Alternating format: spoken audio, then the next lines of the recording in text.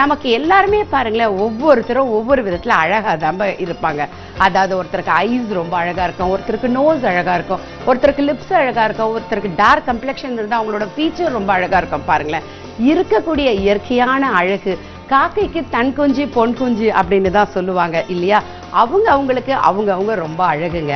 அந்த அழகை சரியான முறையில் நம்ம பராமரிக்கிறதுக்கு என்ன அழகுல நமக்கு குறைபாடுகள் இருக்கோ அந்த குறைபாடுகளை நம்ம அழகா மேக்கப் மூலமா நம்ம சரி செஞ்சுக்கலாம். எஸ்பெஷலி பிரைட்ஸ் அப்படின்னு எடுக்கும்பொழுது பார்த்தீங்கன்னா, நிறைய பிரைட்ஸ் எனக்கு இந்த ப்ராப்ளம்ஸ் இருக்கு, எப்படி பண்ணலாம் அப்படிலாம் ரொம்ப வரி பண்ணிப்பாங்க. அதை பத்தி கவலையே வேண்டாங்க. நல்ல நம்ம அழகா அதையும் நம்ம கடவுள் கிட்ட கேட்டுக்கலாம். கடவுளே, எனக்கு நல்ல ட்ரெஸ்ஸிங், என்னோட மேக்கப், என்னோட ஃபேஸ்ல இருக்கக்கூடிய குறைபாடுகள் இல்லாம ரொம்ப அழகா நான் ட்ரெஸ் பண்ணிட்டு என்னோட வெட்டிங்க்கு நான் ரொம்ப பியூட்டிஃபுல்லா இருக்கணும், கிரேஸ்ஃபுல்லா இருக்கணும் அப்படின்னு வேண்டிக்கிட்டா அதையும் கடவுள் நிறைவேற்றுவாரு. அதுக்கும் நம்ம கண்டிப்பா தேங்க்ஸ் சொல்லலாம். என்ன நேயர்களே, இன்னைக்கு நம்ம பார்க்க போற ஷோ ஒரு North Indian bridal makeup, high definition மேக்கப்ல எப்படி அவங்களுக்கு அந்த ஃபேஸ்ல இருக்கிற கரெக்ஷன்ஸ் எல்லாம் சரி பண்ணி ரொம்ப அழகா அந்த பிரைடை மேக்கப் பண்ண போறோம் அப்படின்னு பார்க்கலாம்.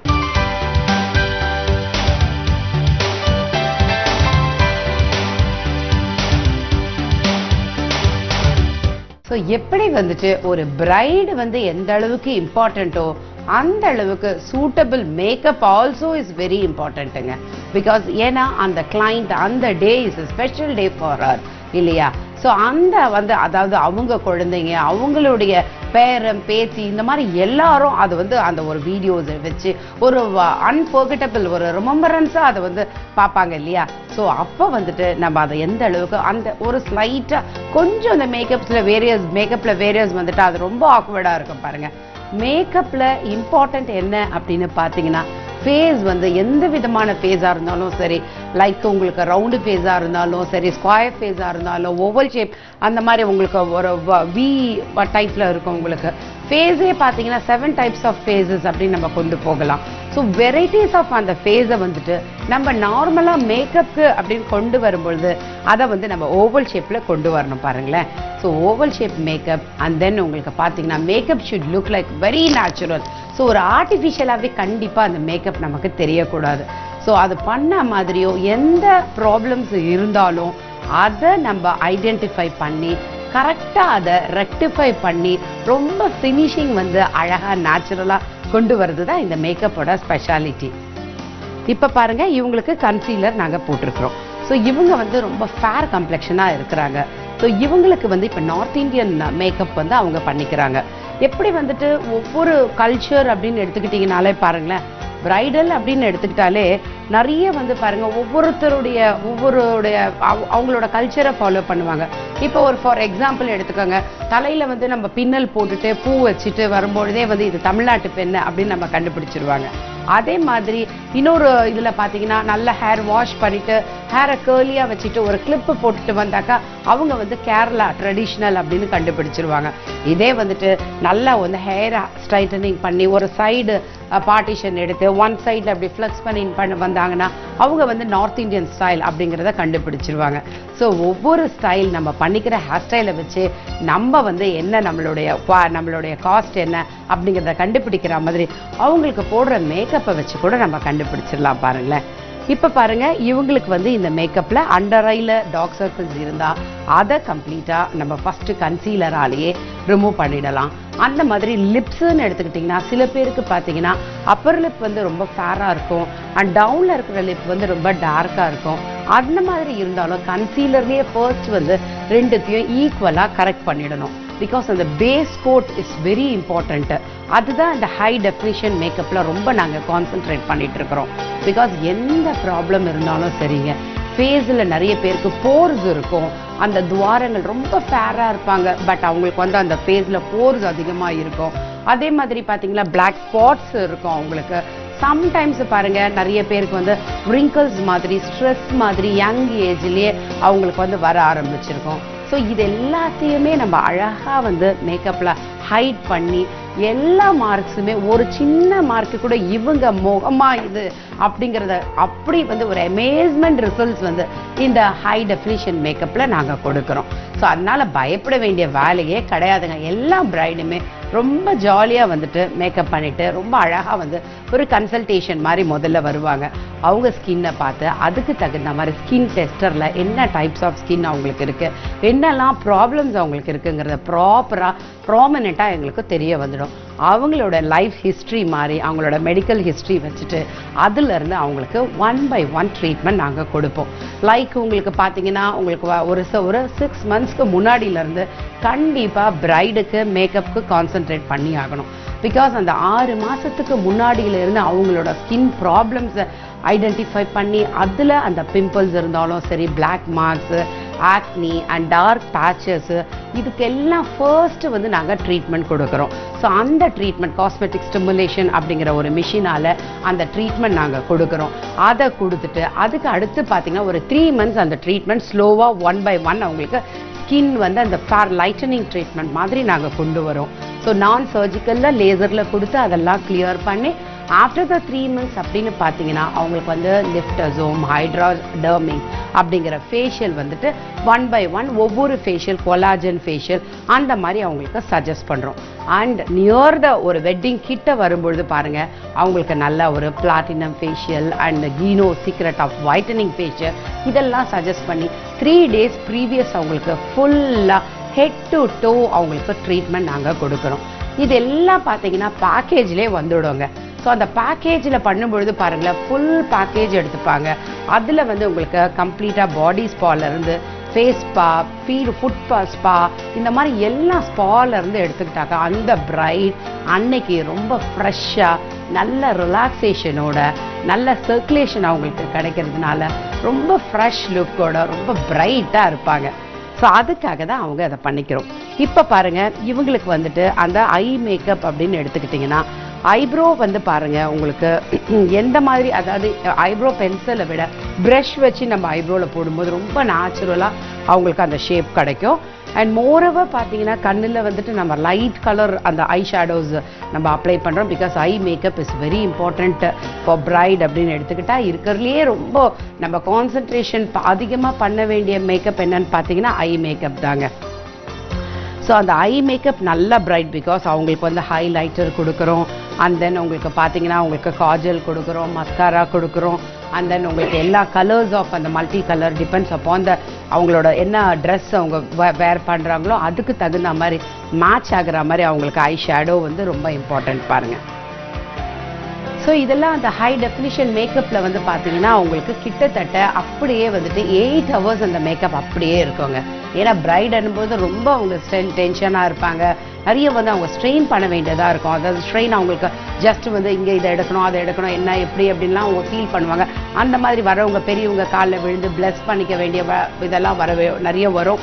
ஸோ அதுக்கெல்லாம் இந்த மாதிரி பண்ணிக்கிட்டா அவங்க நல்ல ரிலாக்ஸ்டாக அழகாக அவங்க வந்து அந்த ஃபங்க்ஷன் ஃபுல்லாக ஒரு சின்ன மேக்கப் கூட கலையாமல் ஸ்வெட் ஆகாமல் இந்த ஃபவுண்டேஷன் அப்படின்னு சொல்கிறோம் இல்லைங்களா, அந்த ஃபவுண்டேஷனில் பார்த்தீங்கன்னா எப்படி வந்துட்டு என்னெல்லாம் பார்ட் ஆஃப் அந்த ஃபேஸ் அப்படின்னு எடுத்துக்கிட்டிங்கன்னா உங்களுக்கு பாருங்கள் சில பேருக்கு வந்து டபுள் சின் அதிகமாக தெரியும், சில பேருக்கு அந்த ஜா போன் பார்த்தீங்கன்னா ரொம்ப ரொம்ப ப்ராடாக இருக்கும், அண்ட் சீக் போன் ரெண்டு நிறைய ப்ராடாக இருக்கும். ஸோ இந்த மாதிரிலாம் தெரிகிற ரொம்ப விசிபிளாக தெரிகிற இடத்துலலாம் பார்த்தீங்கன்னா அவங்களுக்கு வந்து டார்க் ஷேட் அந்த பார்ட் ஆஃப் எஸ்பெஷலி அந்த பார்ட் ஆஃப் அந்த ஃபேஸில் வந்து டார்க் ஷேட் கொடுத்தீங்கன்னா அது அப்படியே ஹைட் ஆகிடும்.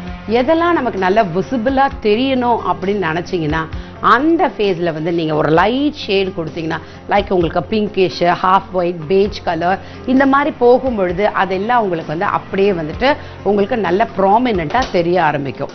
ஸோ இதெல்லாம் மேக்கப்போட கான்செப்ட் பாருங்களேன். இது எல்லாமே பார்த்தீங்கன்னா எங்களுடைய இன்டர்நேஷ்னல் அகாடமியில் உங்களுக்கு ஃபுல்லாக பிரைடலுக்கு கம்ப்ளீட்டாக பிரைடல் மேக்கப் அப்படிங்கிற ஒரு ஃபுல் செஷன் இருக்குது. அதில் பார்த்தீங்கன்னா உங்களுக்கு and full bridal course, national course, national diploma, international diploma, government of India certificate, government of Tamil Nadu certificate, இந்த மாதிரி பேசிக்கு இன்டர்நேஷ்னலில் பார்த்தீங்கன்னா ஹேர் அண்ட் பியூட்டி, இந்த மாதிரி டேட்டூ, அதாவது டேட்டூ டிசைன்ஸு, கம்ப்ளீட்டாக உங்களுக்கு லேசர் டெக்னிக்கு, எவ்ரிதிங் ஆல் நான் சர்ஜிக்கல் ட்ரீட்மெண்ட் எல்லாமே வந்து எங்களுடைய இன்டர்நேஷ்னல் அகாடமியில் எல்லா மாணவிகளுக்கும் சொல்லிக் கொடுக்குறோம். ஸோ மேக்கப்புன்னு எடுத்துக்கிட்டிங்கனாலே உங்களுக்கு நிறைய விதமான அதாவது north Indian, south Indian and high definition makeup and நிறைய ப்ராடக்ட்ஸோட டிஃப்ரெண்ட் கைண்ட்ஸ் ஆஃப் டிஃப்ரெண்ட் என்ன அவங்களுக்கு பேட்டர்ன்ஸ், இந்த மேக்கப்பில் என்ன ரிசல்ட்ஸ் கிடைக்கும், அதுவே வந்துட்டு வேற ஒரு மேக்கப் நம்ம பிராண்டு போகும்போது அதில் எந்த ரிசல்ட்ஸ் கிடைக்கும் அப்படிங்கிற எல்லாமே சினி மேக்கப், ஃபோட்டோகிராஃபிக் மேக்கப் எல்லாமே எங்கள் மாணவிகளுக்கு நாங்கள் சொல்லி கொடுத்துட்ருக்குறோம். ஸோ ஒரு தடவை இந்த பயிற்சி, அதாவது நிறைய ப்ராக்டிக்கல் ஓரியன்டாக நாங்கள் வந்து நிறைய வந்து கான்சன்ட்ரேஷன் பண்ணிட்டு இருக்கிறோம். ஸோ மேக்கப் அதை முடிச்சதுக்கு அப்புறம் பார்த்தீங்கன்னா நிறைய நம்ம பண்ணி பார்க்கணும் பாருங்கள். அப்போ தான் நமக்கு வந்து ஒரு நல்ல ஐடியாஸ் கிடைக்கும் நமக்கு. பிகாஸ் இந்த ப்ராக்டிக்கல் ஓரியன்டாக நம்ம பண்ணும்பொழுது தான் நிறைய நமக்கு வந்து ஃபார்மேஷன் கிடைக்கும், நிறைய இன்ஃபர்மேஷன் நமக்கு கிடைக்கும், நம்மளோட இமேஜினேஷன் வந்து நல்லா நமக்கு அப்படியே இம்ப்ரூவ் ஆகிட்டே போகும். அதெல்லாம் பார்க்கும்பொழுது பார்த்தீங்கன்னா ஃபைனலாக ஒருத்தரை அழகுபடுத்தி பார்க்கறதுல இருக்கிற ஒரு சந்தோஷம், ஒரு சாட்டிஸ்ஃபேக்ஷன் பார்த்தீங்கன்னா வேற எதுலையுமே இருக்காதுங்க.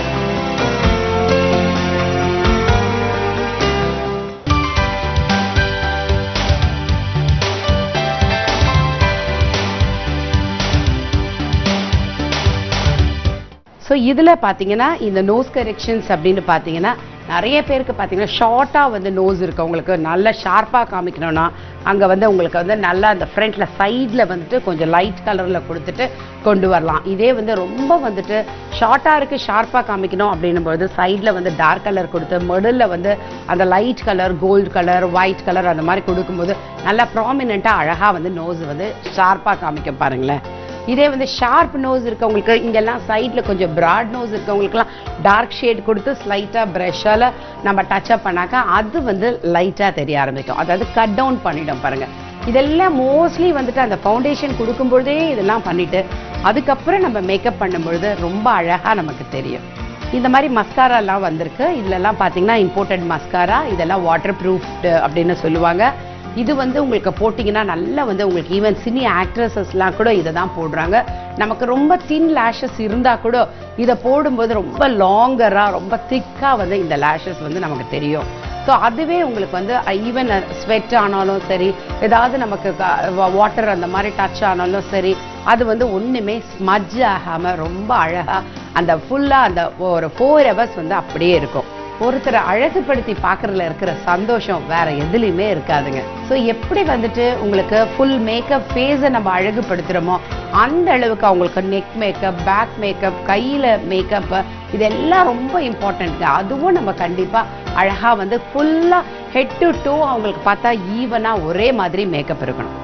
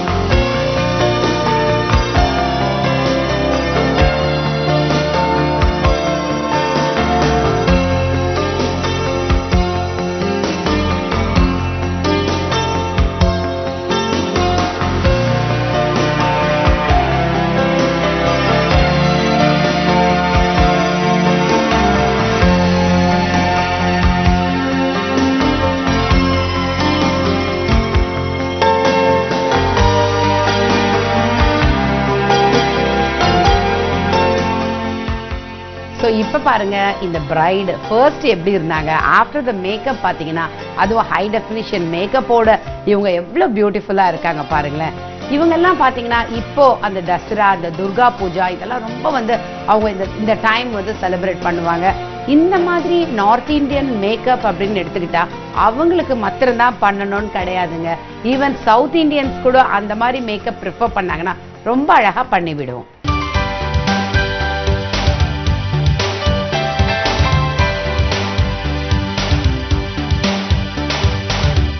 இந்த நார்த் இந்தியன் பிரைடல் மேக்கப் பார்த்தீங்கன்னா it gives a chisel look to the face அப்படின்னு சொல்லுவாங்க. அண்ட் அவங்களோட ஃபேஸ் இஸ் டோட்டலி டிரான்ஸ்ஃபார்ம்டுங்க. And she looks very stylish and அட்ராக்டிவாக இருக்கிறாங்க இல்லையா? ஸோ எந்த நேர்களே, இன்னைக்கு நான் உங்களுக்கு சொல்ல போகிற பியூட்டி டிப்ஸ் என்னன்னு பார்த்தீங்கன்னா, நிறைய பேர் மேக்கப்புக்கு முன்னாடி எனக்கு பிளாக் ஸ்பாட்ஸ் ஃபேஸ்ல இருக்கு, அது வந்து போகவே மாட்டுது அப்படின்னு ரொம்ப ஃபீல் பண்றாங்க. அதாவது பிளாக் ஸ்பாட்ஸ் அப்படின்னு பார்க்கும்பொழுது நிறைய, அதாவது முகம் வந்து பார்த்தீங்கன்னா ரொம்ப ஃபேரா இருக்கும், அவங்களுக்கு அந்த டாட்ஸ் பார்த்தீங்கன்னா ரொம்ப வந்து ஒரு மாதிரி ஆக்வர்டா அவங்களுக்கு ஃபீல் பண்ணுவாங்க. அதுல வந்து 2 விதம் இருக்குங்க. ஒரு விதம் என்னன்னு பார்த்தீங்கன்னா வாட்ஸ் ரிமூவல் அப்படின்னு சொல்லுவாங்க. அந்த முகத்துல சில பேருக்கு முகத்துல கழுத்துல எல்லாம் மருவுன்னு சொல்லுவாங்க.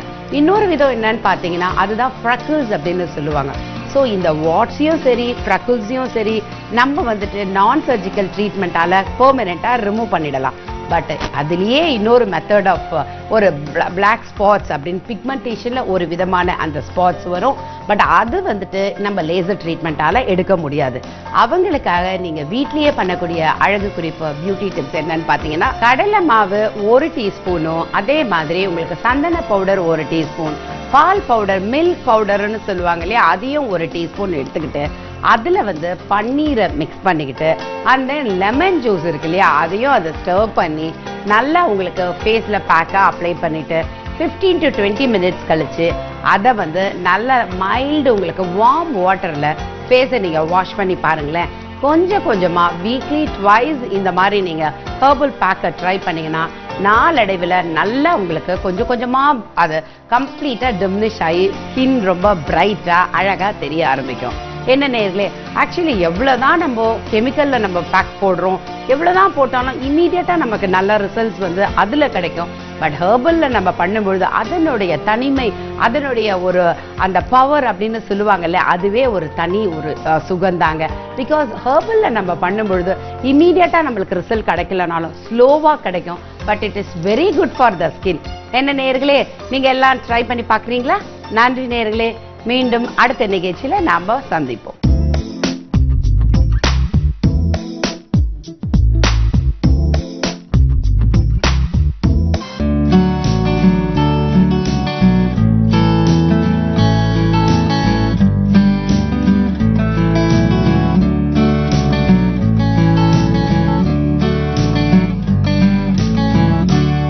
எல்லோருக்கும் என் இனிய காலை வணக்கம். இன்றைய மகளிர் மருத்துவ பகுதியில் நம்ம எதை பற்றி பேச போகிறோம்னு பார்த்தீங்கன்னா, பெண்களுக்கு மிக மிக முக்கியமான தகவல்களில் ஒன்று இன்றியமையாத ஒன்றுன்னே சொல்லலாம். கருத்தடை பற்றிய தகவல்களும் கருக்கலைப்பை பற்றிய உண்மையான தகவல்களும். ஏன் அவ்வளோ தூரம் அதை அழுத்த திருத்தமாக சொல்கிறேன் அப்படின்னு பார்த்தீங்கன்னா, ஏதோ ஒரு காலகட்டத்தில் எல்லா பெண்ணுக்குமே இந்த கருத்தடை பற்றிய சரியான விவரம் வேண்டி இருக்கிறது. அதே மாதிரி தன்னை கருக்கலைப்புக்கு உட்படுத்தி கொள்ளாமல் இருக்க வேண்டிய கட்டாயம் இருக்கிறது. நிறைய பேர் பார்த்தீங்கன்னா சின்னதாக இந்த தகவல்களை சரியாக தெரிந்து கொள்ளாததால், ஒரு கருத்தடையை பற்றிய ஒரு சரியான தகவல் இல்லாததால் கருக்கலைப்புக்கு வந்திருப்பாங்க. அதில் இன்னைக்கு நம்ம எதை பற்றி பேச போகிறோம் அப்படின்னு பார்த்தீங்கன்னா, பிரசவம், ஒரு பெண்ணுக்கு பிரசவம் முடிந்து இருக்கிறது. முதல் பிரசவம் அப்படின்னு வச்சுக்கோங்க. திருமணமாகி 1 வருடம் ஆயிருக்கு, ஒரு 1.5 வருடம் ஆயிருக்கு. இப்போ தான் அவர்களுக்கு பிரசவம் நடந்திருக்கிறது. இப்போ இந்த பிரசவம் முடிந்த முதல் ஒரு வருட காலகட்டம் நிறைய பெண்கள் என்ன சொல்லுவாங்கன்னா, எங்களுக்கு இப்போ எப்படியும் நாங்கள் கணவனோட சேர்ந்து இருக்க போகிற நிச்சயமாக குறைவாக இருக்கும் மேடம், எங்களுக்கு தேவையில்லை. ஏன்னா அது பயம். முக்கியமாக இந்த கருத்தடையை பற்றி சரியாக நம்ம ஏன் அதை உபயோகப்படுத்த மாட்டேன்றாங்க பெண்கள்னு பார்த்தீங்கன்னா, பயம். ஏன்னா முதல்ல பார்த்தீங்கன்னா அவங்க இப்போ என்னென்ன முறைகள் இருக்கிறது, இப்போ கருத்தடையை பற்றி என்னென்ன முறைகள், முக்கியமாக ஒரு குழந்தைக்கும் 2வது குழந்தைக்கும் நடுவில் உபயோகப்படுத்தக்கூடிய முறைகள் என்னென்ன இருக்கு அப்படின்னு பார்த்தீங்கன்னா, முதல்ல சொன்ன மாதிரி ஆணுரைகள் ஒரு சிறந்த முறை தான். ஏன்னா அது என்ன முக்கியமாக அறுவை சிகிச்சை பண்ண ஒரு பெண்ணுக்கு ஒரு சில 6 மாதம் 8 மாதம் தேவைப்படுமானால் அவங்க இல்லை மற்றவங்களுக்கு கூட ஆணுரைகளை முதல் சில மாதங்கள், ஏன்னா அவங்க சொல்ற மாதிரி இது உடனே அடிக்கடியான ஒரு தேவை இல்லாமல் இருக்கலாம். ஆனால் தொடர்ச்சியாக இதையே அவங்க உபயோகப்படுத்தணும்னு நினைச்சாங்கன்னா கொஞ்சம் கஷ்டம். மற்ற முறைகள் என்னென்ன இருக்குன்னு பார்த்தீங்கன்னா, மாத்திரைகள் இருக்கின்றன. ஆனால் மாத்திரைகள் எல்லாருக்கும் கொடுக்க முடியுமான்னு பார்த்தா இல்லை. பிரசவித்த போது ஒரு சில பேருக்கு அது நீரிழிவு நோய் இருக்கலாம், இல்லை அவர்களுக்கு கல்லீரல் சம்பந்தமான பிரச்சனைகள் இருக்கலாம், சில பேருக்கு பார்த்தீங்கன்னா இரத்த அழுத்த சம்பந்தமான பிரச்சனைகள் இருக்கலாம். அப்படிப்பட்டவர்களுக்கு தொடர்ச்சியாக ஒரு கருத்தடை மாத்திரைகளை உபயோகப்படுத்துவது அத்தனை அவர்களுடைய ஆரோக்கியத்திற்கு நல்லது கிடையாது.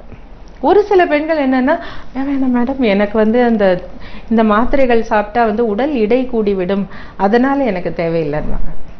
அதுவும் ஒரு சின்ன காரணம் தான், ஆனா அது ரொம்ப ரொம்ப சின்ன காரணம், அதை தவிர்க்க முடியும்.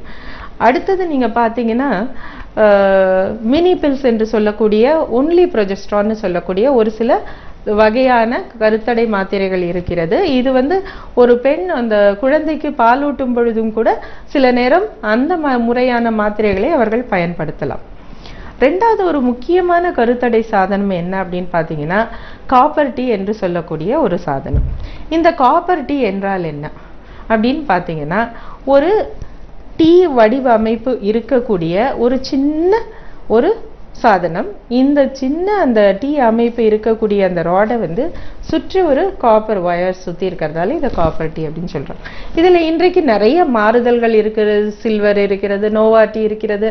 அதுல மருந்துகள் உட்செலுத்திய சில நேரம் இரத்தப்போக்கு அதிகமாக இருக்குமானால், இப்ப கருத்தடைக்காக இல்ல, இரத்தப்போக்கு அதிகமாக இருக்கும் ஒரு பெண்ணுக்கு கூட இன்றைக்கு ஒரு ஹார்மோன்கள் செலுத்திய காப்பர் டீ போன்ற வடிவமைப்பு சாதனங்கள் இருக்கின்றது. ஸோ இந்த காப்பர் டீயை பத்தி நிறைய நீங்க கேட்டீங்கன்னா எடுத்த உடனே நம்ம ஒரு கேள்வி கேட்கிறோம். ஒரு தம்பதியினர் வந்திருந்தாங்க, அவங்களுக்கு குழந்தை பிறந்து இப்போ ஒரு வருட காலகட்டமாக இருக்கு. அவர்களுக்கு இதற்கும் ஒரு சுகப்பிரசவம் என்று சொல்லக்கூடிய ஒரு நார்மல் டெலிவரி தான் இருக்கு. அவங்க கிட்ட ஏமா இப்ப அடுத்த ஒரு 3 வருடம் உங்களுக்கு, ஆமா மேடம் நிச்சயமா எங்களுக்கு உடனே குழந்தை பிறக்க வேண்டிய அந்த ஒரு மனநிலையிலே இல்ல, சொல்ல போனா எங்களுக்கு 2வது தேவையானே நாங்க யோசனை பண்ணிக்கிட்டு இருக்கோம் அப்படின்னு சொன்னாங்க. சோ இத்தனை தெளிவாக அவர்கள் சிந்தித்து இருக்கும் பொழுது நான் சொன்னேன் என்ன, ஏன்னா அந்த பெண்ணுக்கு இப்பதான் 24 வயசு, அவர்களுக்கு 27 வயசு. சோ இப்ப நீங்க என்ன கருத்தடை அடுத்தது உபயோகப்படுத்த போறீங்க அப்படின்னு கேட்டீங்கன்னா, இல்ல வேண்டான்னு நினைக்கிறோம் மேடம் அப்படின்னாங்க. அது எப்படிமா இவ்வளவு சின்ன வயசா இருக்கு, எப்படி வேண்டான்னு நினைக்கிறீங்க நீங்க? இல்ல மேடம் நாங்க பார்த்துப்போம், நாங்க நாட்கணக்கில் குறித்து கொண்டு விடுவோம், எந்த நாளிலெல்லாம் குழந்தை தரிக்க கூடுமோ அந்த நாளில் நாங்க அந்த சைக்கிளை வச்சுட்டு நாங்க கணக்கு. ஆனால் அதெல்லாம் ஒரு 40 வயதை தாண்டிய ஒரு பெண்மணிக்கோ இல்ல என்ன சொல்றது ஒரு 35 வயதை தாண்டிய ஒரு பெண்மணிக்கு கூட அது பரவாயில்லை என்று சொல்லலாம். ஆனால் இத்தனை இளைய வயதில் இருக்கக்கூடிய ஒரு பெண்ணுக்கு நிச்சயமாக இந்த மாதிரி முறைகளை நாம் மேற்கொண்டால் ஏதோ ஒரு நேரத்தில் அவர்கள் நாள் கணக்கு சரியாக இல்லாமல் இருக்கலாம். சோ இதெல்லாம் அவங்க மனதில் கொள்ள வேண்டும். முக்கியமாக எப்போ அந்த தம்பதியினர் நிச்சயமாக எங்களுக்கு அடுத்த 3 வருடம் குழந்தை வேண்டாம், இல்ல வந்துருச்சுன்னா ஒரு சில பேர் என்ன சொல்லுவாங்க, குழந்தை தரித்து விட்டால் பரவாயில்லை அப்ப நாங்க அதை மேற்கொள்றோம் சொல்றவங்களுக்கு வேற. இல்லை எங்களுக்கு நிச்சயமாக அடுத்த 3-4 வருடங்களுக்கு குழந்தை தேவையில்லை, இருந்தாலும் எங்களால் அதை மேற்கொண்டு வளர்ப்பதில் விருப்பமில்லை என்று நினைப்பவர்கள் நிச்சயமாக காப்பர் டீ போன்ற ஒரு சாதனத்தை உபயோகிப்பதில் எந்த விதமான தவறும் கிடையாது. இதை பற்றிய இந்த காப்பர் டீயை பற்றி பார்த்தீங்கன்னா நிறைய தவறான அபிப்பிராயங்கள் இருக்கிறது. அதை உள்ள போட்டுட்டா அது ஒரு ஃபாரின் ஆப்ஜெக்ட் தானே, அது என்னுடைய உடலில் என்னை அல்லாமல் ஒரு ஃபாரின் ஆப்ஜெக்டா உள்ள போடுறீங்களே பரவாயில்லையா, ஒரு கேள்வி. 2வது கேள்வி பார்த்தீங்கன்னா ரொம்ப உதிரப்போக்கு அதிகமா வரும்னு சொல்றாங்களே, முதல்ல 3 நாள்னா இப்ப அப்படியே போயிட்டே இருக்குன்றாங்களே, இது 2வது பயம். 3வது பாத்தீங்கன்னா உடல் எடை கூடிக்கொண்டே போகும்னு ஒரு சில பேர் சொன்னாங்க. 4வது ஏதோ ஒரு ஊர்ல இந்த காப்பர் டீ போட்டும் பொழுது அது உள்ளே சென்று அந்த பெண்ணுக்கே உயிருக்கே பிரச்சனை ஒரு செப்சிஸ் மாதிரி வந்துதான் மேடம்.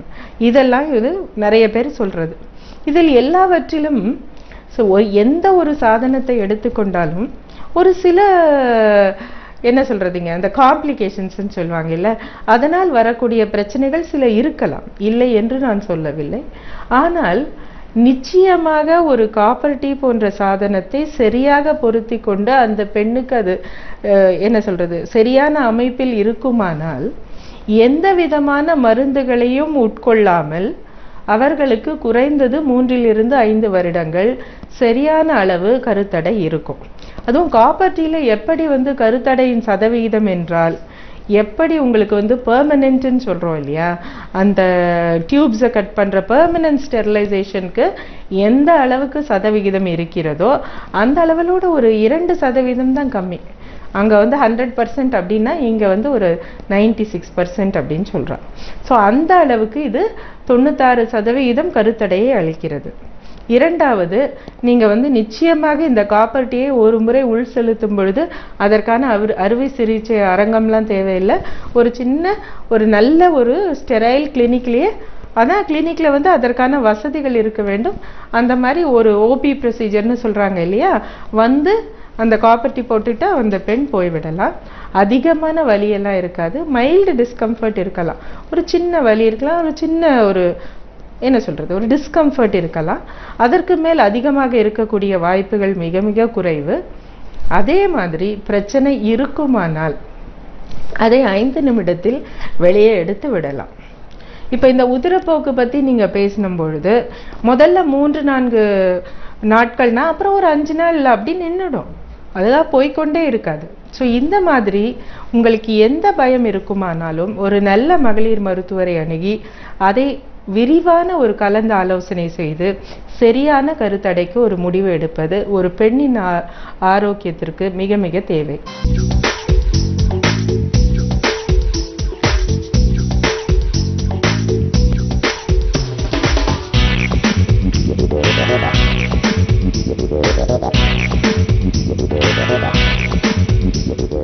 வணக்கம் நேயர்களே, நம்ம இப்போ பார்க்க போகிறது ஓவர் ஈட்டிங், அதான் ரொம்ப சாப்பிட்டுடுறாங்க, அதுக்கப்புறம் வயிற்றுப்போக்கு வருது. இது எதனால வருது, எப்படி இதை கண்ட்ரோல் பண்ணலாம் அப்படின்ட்டு. இப்போ ஒருத்தர் சண்டே ஆஃப்டர்நூன் வெளியில் சாப்பிட்டாங்க அப்படின்னா, ஒரு மட்டன் பிரியாணி சாப்பிட்டோம், நாங்கள் கட்டுட்டோம், நல்லா கட்டாக சாப்பிட்டுட்டோம் அப்படின்னு சொல்கிறாங்க. இது என்ன ப்ராப்ளம் அப்படின்னா, ஒரு அளவுக்கு தான் டைஜஷன் ஆகும். இப்போ நம்ம நார்மல் டேஸில் பார்த்தா 1.5 கப்பு இல்லை 1 கப் சாதம் சாப்பிட்டா அன்னி நேரத்தில் 5 கப்பு 6 கப்பு சாப்பிட்டுடுறாங்க. அண்ட் நார்மல் இப்போ ஒரு சாம்பார் சாதம் இல்லை ரசம் சாதம்னா அதில் இருக்கிற எண்ணெய் கம்மியாக இருக்கும். ஆனால் அது பிரியாணி அப்படின்னு சொன்னாலே நிறைய எண்ணெய், அதுவும் நான்வெஜ் பிரியாணி அப்படின்னு சொன்னால் எக்கச்சக்கமாக எண்ணெய் இருக்கும். ஸோ எண்ணெய் நம்ம உணவில் ஜாஸ்தி சாப்பிட சாப்பிட டைஜஷனும் ப்ராப்ளம் வரும். ஸோ ஒரு 2 கப் சாப்பிட்டா ஒன்றும் ப்ராப்ளம் இருக்காது. ஆனால் 5-6 கப்பு சாப்பிட்டுட்டு அதுக்கும் தொட்டுக்க இன்னொரு மட்டன் கிரேவி வச்சுக்கிறாங்க, சிக்கன் கிரேவி இல்லை ஃபிஷ் ஃப்ரை இல்லை ப்ரான் ஃப்ரை இந்த மாதிரி வச்சுக்கிறாங்க. ஸோ அதுலேயும் நிறைய எண்ணெய் இருக்குது. இந்த உணவில் சுத்தமாக காய்கறியே கிடையாது, பொரியலோ கூட்டோ இல்லை இதெல்லாம் கிடையவே கிடையாது. ஸோ என்ன ஆகுதுன்னா, அந்த உணவில் 2 நியூட்ரியன்ட் தான் இருக்குது, மாவு சத்து கொழுப்பு சத்து. இதனால அவங்களுக்கு ரொம்ப ஹெவியாகி உடனே படுத்து தூங்கிடுறாங்க. இந்த தூக்கத்தினால டைஜஷன் ஆகிறது இல்லை. அதுக்கும் மேலே ஒரு 3-4 o'clock இல்லை மறுநாளைக்கு ரொம்ப அன்ஈஸியாக ஃபீல் பண்ணி அந்த பாடி அதை டைஜஸ்ட் பண்ண முடியாது. அந்த உணவை ஃபுல்லாக டைஜஸ்ட் பண்ண முடியாததுனால அது வெளில தள்ளுறதுக்கு ஒரு வழி டயரியா. இதுக்கு உடனே மாத்திரை போட்டுக்கிறாங்க. இதுக்கு பதில் நம்ம மிதமாக சாப்பிட்டோம்னா நல்லது. ஒரு 6 கப் சாப்பிட்றதுக்கு பதில் 2-3 கப் சாப்பிட்டுட்டு நிறைய வீட்டில் போய் காய் அந்த மாதிரி சாப்பிட்டோம்னா ஒன்றும் பிரச்சனை வராது. இல்லை பழம் சாப்பிட்லாம், இந்த மாதிரி பண்ணால் ப்ராப்ளம் இல்லை. இதுக்கும் மீறி பார்த்தீங்கன்னா வீட்டில் சாப்பிட்டாங்கன்னா நிறைய பேருக்கு சுத்தமாக செய்கிறதுனால ப்ராப்ளம் வரதில்லை. இந்த வெளியில் சாப்பிட்டாங்கன்னா காலையில் பிரேக்ஃபாஸ்ட்டுக்கு வடை பண்ண எண்ணெயை திருப்பி இந்த பிரியாணியில் போட்டு செய்கிறாங்க. ஸோ இந்த சுட்ட எண்ணெய் வடை பண்ணின அந்த எண்ணெயை, அதான் ஏற்கனவே அது ஹீட் பண்ணியாச்சு அந்த எண்ணெயை, அதை எடுத்து நம்ம பிரியாணி பண்ணோம்னா இது டைஜஸ்ட் ஆகிறது இன்னும் கஷ்டம். ஏன்னா அதில் நிறைய டிரான்ஸ் ஃபேட்டி ஆசிட்ஸ் இருக்குது. அது ரொம்ப நேரம் அந்த எண்ணெய் கொதிச்சிருக்கு, ஏற்கனவே 2-3 மணி நேரம் அந்த வடை போடுற வரலாம். ஸோ அதனால வெளியில் சாப்பிட்டா கட்டாயம் ப்ராப்ளம்ஸ் வரக்கூடிய வாய்ப்பு இருக்குது. இப்போ சாதம் பார்த்திங்கன்னா வீட்டில் சோடா போட மாட்டாங்க, வெளியில் பிரியாணின்னா கட்டாயம் சோடா போடுவாங்க. ஏன்னா அவங்களுக்கு அந்த நிறைய சாதம் அதில் வரும். கொஞ்சமாக சாதம் சாப்பிட்டாலே கஸ்டமருக்கு வயிறு ரொம்பறாப்புல அது ஒரு ஃபீலிங் வரும். ஸோ அதனால சோடா போடுவாங்க. அப்புறம் சில இடத்துல நான்வெஜ் ரொம்ப ஒரு ஸ்மெல் வர ஸ்டேஜில் அதை ஃப்ரை பண்ணி நிறைய சோயா சாஸ் சில்லி சாஸ் இந்த மாதிரிலாம் போட்டு பண்ணுறாங்கன்னு நிறைய பேர் சொல்லியிருக்காங்க மீடியாலே. ஸோ அதனால அது கெட்டு போன நான்வெஜ் இல்லை கெட்டு போகிற ஒரு ஸ்டேஜ், ரொம்ப ஃபர்மெண்ட் ஆயிடுச்சு, அந்த மாதிரி சாப்பிட்டாலும் வயிற்றுப்போக்கு வரும். ஸோ இது எந்த விதத்தில் வயிற்றுப்போக்கு வந்தாலும் இந்த இன்ஃபெக்ஷன் இல்லாத வெறும் ஓவர் ஈட்டிங்னால வருதுன்னா நம்ம அடுத்த மீல் நம்மளுக்கு சக்கரை வியாதியும் இல்லை, நம்ம சின்னவங்க தான், ஒன்றும் ப்ராப்ளம் இல்லைன்னா நம்ம லைட்டாக சாப்பிட்டா ஒன்றுமே ப்ராப்ளம் இருக்காது. ஒரு சேவை, இடியாப்பம், இல்லைன்னா 2 இட்லி மறுநாள் காலையில் சாப்பிட்டுட்டு, இல்லை நைட் வெறும் சூப் குடிச்சிட்டு படுத்துட்டாங்கன்னா ஒன்றும் ப்ராப்ளம் வராது. பட் அதுக்கும் மீறி வந்து மருந்து எக்கச்சக்கமாக எடுத்தாங்கன்னா ஆப்போசிட் ப்ராப்ளம் வந்துடும். இப்போ டயரியா வந்து ஓவர் ஈட்டிங்னால வருது. அந்த டயரியாவை நம்ம நிறுத்திட்டோம்னா மருந்து கொடுத்து அப்புறம் திருப்பி கான்ஸ்டிபேஷன் அந்த மாதிரி ப்ராப்ளம் வரக்கூடிய வாய்ப்பு இருக்குது. ஸோ முதல்ல வாயை கட்டணும். எந்த அளவு நம்ம உணவு சாப்பிட்ணுமோ அந்த அளவு தான் சாப்பிட்ணும். ரெண்டாவது, வீட்டில் பெரும்பாலும் சாப்பிட்டா ஹெல்த்தி. அதுவும் நான் வெஜிடேரியன் ஃபுட் கட்டாயம் வீட்டில் சாப்பிட்ணும். ஏன்னா நம்ம ஊரில் வெயில் ரொம்ப ஜாஸ்தி. இது காலைல பண்ணி மத்தியானம் சாப்பிட்டோம்னா பிரச்சனை இல்லை. பட் காலைல பண்ணி நைட்டு சாப்பிட்டாலே கெட்டு போயிடும் இந்த ஊரில். அதனால நம்ம ஜாகிரதையாக இருக்கணும். இப்போ முட்டை கூட ரெகுலராக இந்த முட்டை கறி இல்லை முட்டை பிரியாணி இந்த மாதிரி சாப்பிட்றாங்க. இது கூட நேற்று அவிச்சு வச்ச முட்டையை வச்சு பிரியாணி செஞ்சாங்கன்னா நிச்சயமாக உடம்புக்கு கெடுதல்.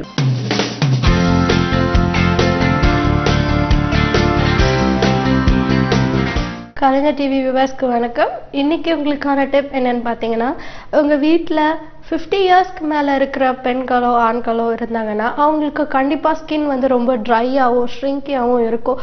ஸோ இது மாதிரி இருக்கும்போது அவங்க நிறைய வாட்டர் கண்டென்ட் வெஜிடபிள்ஸ் எடுத்துக்கிட்டாங்கன்னா ரொம்பவே யூஸ்ஃபுல்லாக இருக்கும். அது மாதிரி என்னென்னா பூசணிக்காய், சவ் இல்லை கேரட், வெள்ளரிக்காய் இந்த மாதிரியான வாட்டர் கண்டென்ட் வெஜிடபிள்ஸ் எடுத்துக்கிட்டாங்கன்னா அவங்களுக்கு அந்த ட்ரைனஸ் வந்து ரெடியூஸ் ஆகும். ஸோ இந்த மாதிரி ஃபாலோ பண்ண சொல்லுங்க. இன்னொன்று என்னென்னா, எப்போவுமே ஒரு 2 hours ஒன்ஸ் இந்த மாதிரி ஒரு டீ இல்லைனா ஸ்பைசி டீ இந்த மாதிரி எடுத்துக்கிட்டா அவங்க வந்து ஹைட்ரேட்டடாக இருந்தாங்கன்னா கொஞ்சம் ஹெல்த்தியாக இருப்பாங்க. அண்ட் ரெகுலர் எக்ஸசைஸ் பார்த்தீங்கன்னா அதுக்கு பிளட் சர்க்குலேஷன் நல்லாயிருக்கும். ஸோ இதை வந்து உங்கள் வீட்டில் இருக்கிற பெரியவங்க 50 இயர்ஸ்க்கு மேலே இருக்கவங்களுக்கு கண்டிப்பாக எக்ஸசைஸ் இந்த ஃபாலோ பண்ண சொல்லுங்கள். அவங்களுக்கு ரிசல்ட்ஸ் கிடைக்கும்.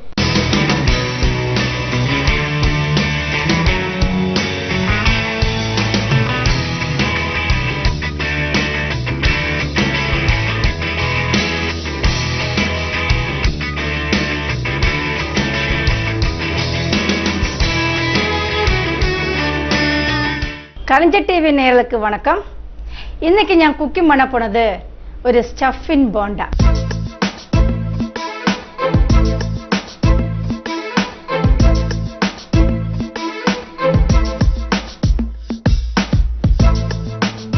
அதுக்கு தேவையான பொருட்கள்: மாவு, நட்ஸ், தேங்காய், கேக்கு, சர்க்கரை, எண்ணெய். நம்ம இந்த போண்டா ஸ்டஃபின் என்ன பண்ண போனது, ஃபர்ஸ்ட் நமக்கு ஸ்டவ் ஆன் பண்ணி அந்த ஸ்டஃபின் உள்ள அது எப்படி என்னெல்லாம் பார்க்கலாம். ஃபர்ஸ்ட் நம்ம தேங்காய் நல்ல மூத்த தேங்காயிருக்கணும். கொப்பரை கடைச்சா அவ்வளோ நல்லது. அப்போ மூத்த தேங்காயிருக்கணும். கொஞ்சம் எண்ணெய் போட்டு நம்ம இது வறுக்கணும். நல்லா வறுக்கணும்.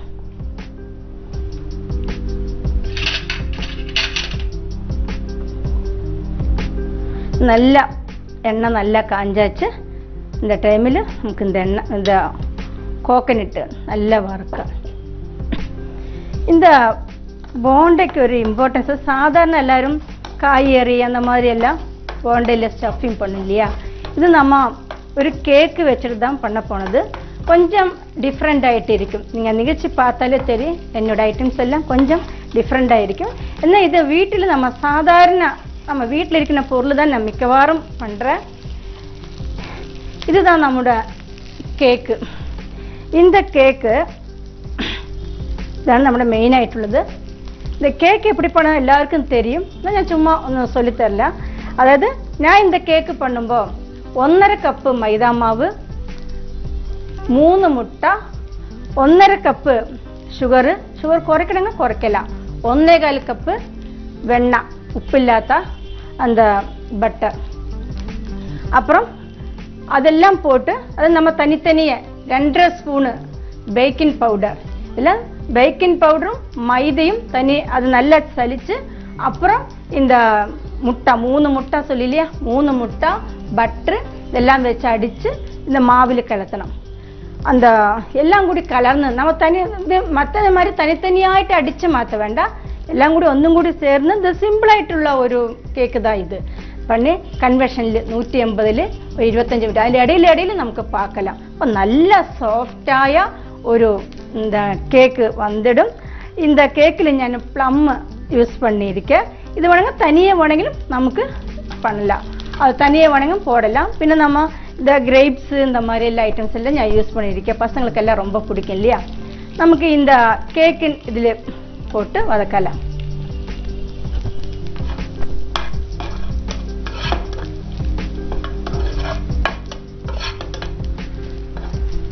கேக்குன்னு நம்ம ரொம்ப என்னச்சா நமக்கு வீட்டிலே பண்ணலாம். கன்வெக்ஷன் மாடலில் மைக்ரோவன் இருந்தால் வீட்டிலே பண்ணலாம். இல்லாட்டி நம்ம குக்கர்லும் கூட இது பண்ணலாம். குக்கர் நல்லா சூட் பண்ணியிருக்கிற சமயத்து அந்த மாதிரியும் பண்ணலாம்.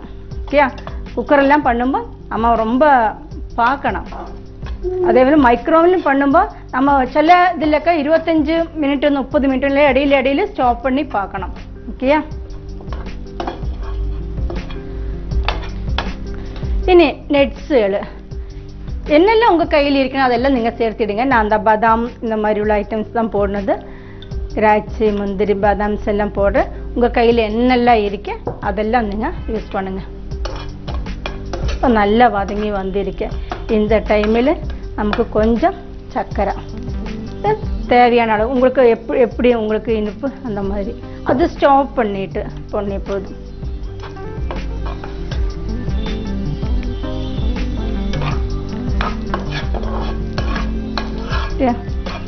இதுதான் நம்மளோட ஸ்டஃபிங்கு. இது வந்து ஒரு பாத்திரத்தில் போடலாம்.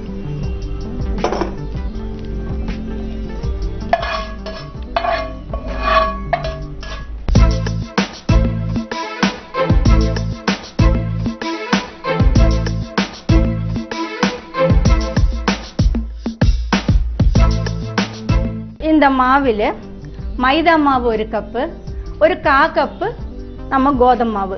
இனி உங்களுக்கு விருப்பம் இருந்தா நான் இதில் போடல, சோடா பொடி போடணுங்க போடல, இல்லாட்டி வேண்டாம் நான் அதில் போடல. அதில் கொஞ்சம் பால் ஊற்றி கொஞ்சம் உப்பும் போட்டு, நிறைய உப்பு வேண்டாம், கொஞ்சம் உப்பு போட்டுட்டு தான் இது நல்லோണം பிசைஞ்சு வைக்கணும்.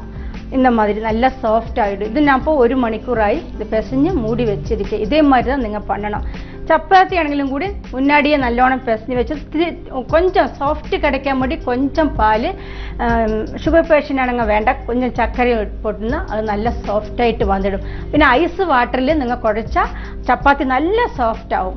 ഇനി ഷുഗർ அதாவது சுகர் பேஷண்ட்ஸ்ன்னு வேண்டிட்டு நீங்கள் சுகர் போடாத. சின்ன பசங்களுக்கு நம்ம எல்லாம் சாப்பிடுங்க, அது சாஃப்டானுங்க, கொஞ்சம் சர்க்கரை போட்டால் போதும், பால் சர்க்கரை. ஓகே இல்லைங்க, சர்க்கரை அவாய்ட் பண்ணுங்க. அந்த அதாவது நம்ம ஐஸ் வாட்டர்லானுங்க நல்லா சாஃப்டாக இருக்கும் சப்பாத்தி. இது நான் சாதாரண வாட்டரில் தான் பண்ணியிருக்கிறது.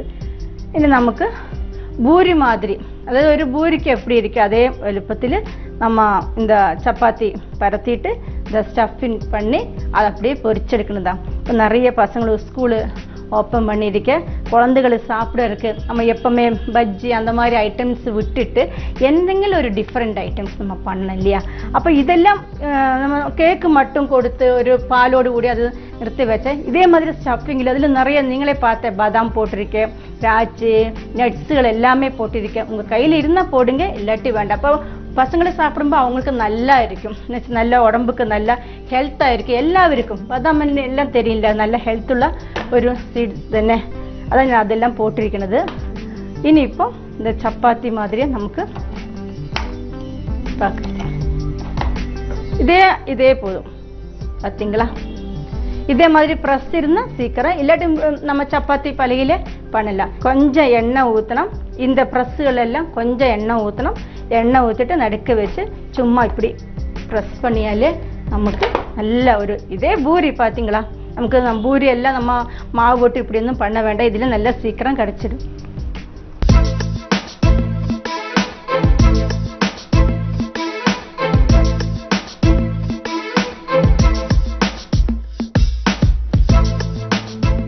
இந்த இது ஸ்டஃபிங் வச்சு அப்படியே நமக்கு இந்த போண்டா தயார் பண்ணலாம்.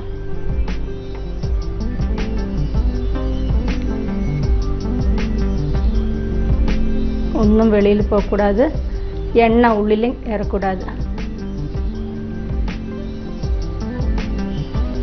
ഇതേപോലെ റൗണ്ടിൽ നമുക്ക് കൊഞ്ചം എന്നുവെച്ചാൽ ഇതൊക്കെ കൊഞ്ചം വേലയിരിക്കുക എന്നുവെച്ചാൽ നമ്മൊരു ഡിഫറെൻ്റ് ആയിട്ട് ഐറ്റം ഒരു ഗസ്റ്റ് വന്നാൽ எப்பவுமே ஒரே மாதிரி கொடுக்காம கொஞ்சம் டிஃப்ரெண்டாக ஐட்டம்ஸ் பண்ணி ரொம்ப டேஸ்டாயிட்டு நமக்கு இருக்குது. നിങ്ങൾക്ക് ഇത് നിങ്ങൾ വീട്ടിൽ பண்ணும்போது നിങ്ങൾക്ക് தெரியும் சரி இவ்வளோ டேஸ்டாக இருக்கு இனியும் நமக்கு சாப்பிடணும் இல்லை இனியும் நமக்கு பண்ணணும். நம்ம ஓரோ ஐட்டம்ஸ் பண்ணும்போதும் ரொம்ப இன்ட்ரெஸ்டாயிட்டு பண்ணணும். இப்போ இன்னும் நம்மளிப்போ இப்படியே பார்த்துருந்தா ஒரு பொருள் பார்த்தா நமக்கு இன்னென்ன ஐட்டம்ஸ் பண்ணலாம் இன்னெல்லாம் பார்த்தா நம்ம யோசிச்சு அதுக்கு ஆദ്യം ஃபஸ்ட்டு கொஞ்சம் கஷ்டம்தான் அப்புறம் ப்ராக்டிஸ் பண்ணியா எல்லாம் நல்லா இருக்கும். ப்ராக்டிஸ் தான் மெயின் ஆயிட்டு இல்லையா. எண்ணெய் அதில் குடிக்கக்கூடாது. இனி வெறும் சப்பாத்தி மாவில் பண்ணலாம்னு நீங்கள் நினைக்கிறேன். அப்படி வேണമെങ്കിലും பண்ணலாம். அதே மாதிரி அரிசி மாவில் பண்ணாங்க கொஞ்சம் சப்பாத்தி அதாவது இந்த கோதுமை மாவும் மைதா மாவும் மூணும் கூடி சேர்த்து பண்ணுங்க. டவுட் இருக்கு இன்னும் எதுக்கு இந்த சப்பாத்தியில் பண்ணலாம் இந்த சப்பாத்தி மாவில் பண்ணலாம் அரிசி மாவில் அது நல்லா கிறிஸ்பியாயிட்டு நல்லா கட்டியாயிட்டு வந்துடும். அப்போ அது சாஃப்ட் ஆகணும். அப்போ இது 3 மாவும் அதில் சேர்த்திடணும்.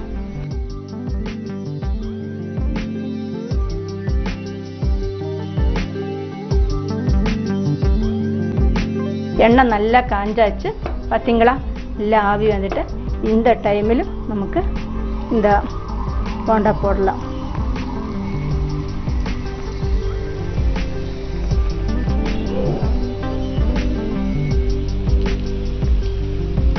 നിങ്ങൾക്ക് എന്ത് ഷേപ്പിൽ വേണേലും ഇതേമാതിരി ബോണ്ട பண்ணலாம். ഞാൻ இந்த ரவுண்டு ஷேப்பில் தான் பண்ணது. என்னாச்சு அதானுங்க எல்லா இடத்தும் நமக்கு அது பொரிஞ்சு வந்துடும்.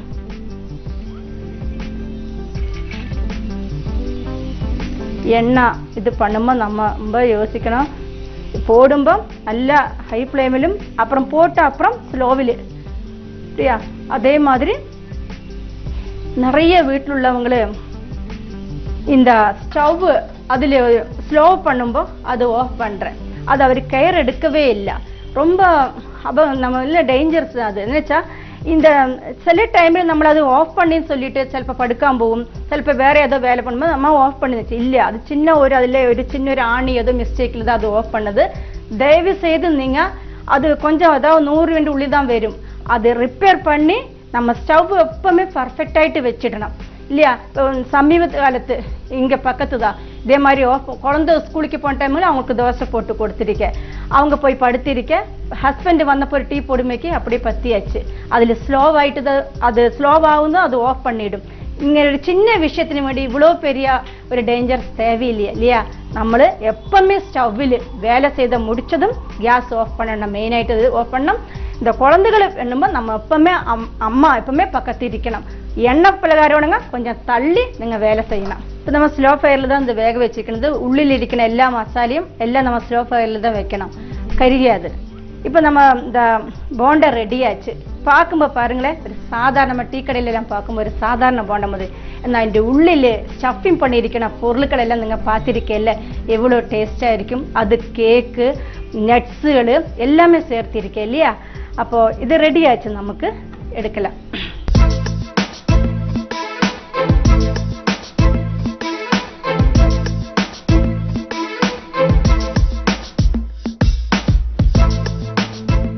இந்த போண்டா ரெடி ஆச்சு எடுத்துடலாம்.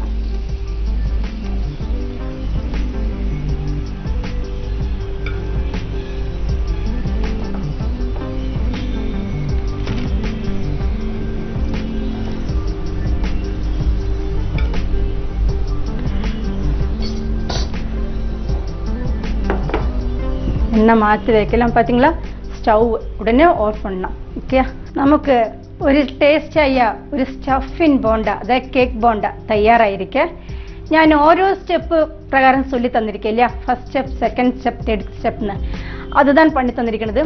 ரொம்ப ஈஸி. നമ്മുടെ കയ്യിൽ കേക്ക് ഇരുന്നാൽ ഇതപ്പോൾ கோகனட் எல்லாம் எல்லா வீட்டிலும் இருக்கே இல்லையா. வேற ஒன்றும் நட்ஸும் உங்கள் கையில் என்னெல்லாம் இருக்கணும் தான் போட சொல்லியிருக்கிறது. ரொம்ப டேஸ்டாக இருக்கும். ஒரு கெஸ்ட் வந்தாலோ நம்ம பசங்களை எப்பவுமே அவர் அது வேண்டாம் இது வேண்டாம்னு சொல்லிடும். இത്രയും ஒரு ரிச்சாயா ஒரு போண்டா தயார் பண்ணியிருக்கேன். ரொம்ப டேஸ்டாக இருக்கும். நீங்கள் எல்லாரும் செய்தனும் குடும்பத்தோடு சாப்பிடுங்க.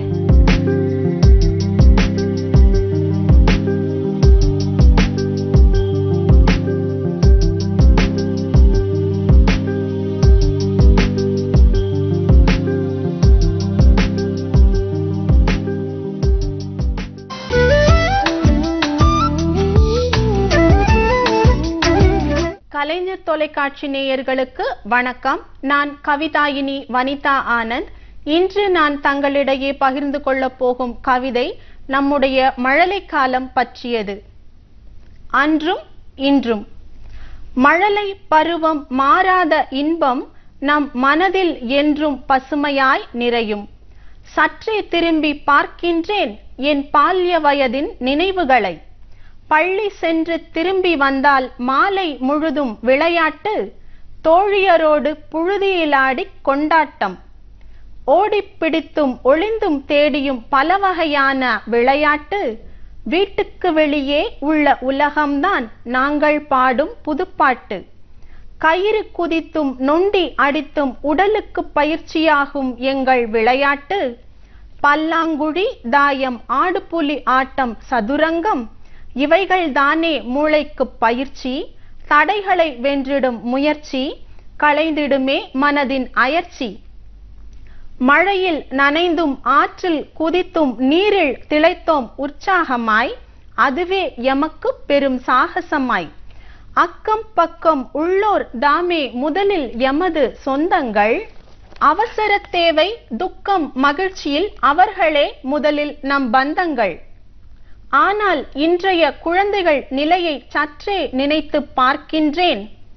அடுக்கடுக்கான வீடுகளிலே தனித்தனி தீவாய் குடும்பங்கள்.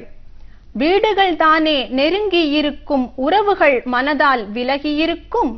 அனைவரின் மனதிலும் நிறைந்திருக்கும் வெளிப்படுத்திட இயலா விருப்பங்கள். குழந்தைகள் கூட குழந்தை தனத்தை இழந்து நாட்கள் பலவாச்சு. வீதியில் சென்று விளையாடி மகிழும் மகிழ்ச்சியை கூட தொலைச்சாச்சு. கணினி திரையே கண்ணை மறைக்கும் திரையாய் மாறி போயாச்சு. உடலும் மனமும் சேர்ந்து உற்சாகம் கொள்ளும் விளையாட்டுக்கள் என்னாச்சு? அன்றோ இயற்கையோடு இணைந்து வாழ்க்கையில் அன்பும் மகிழ்ச்சியும் பெருகியது.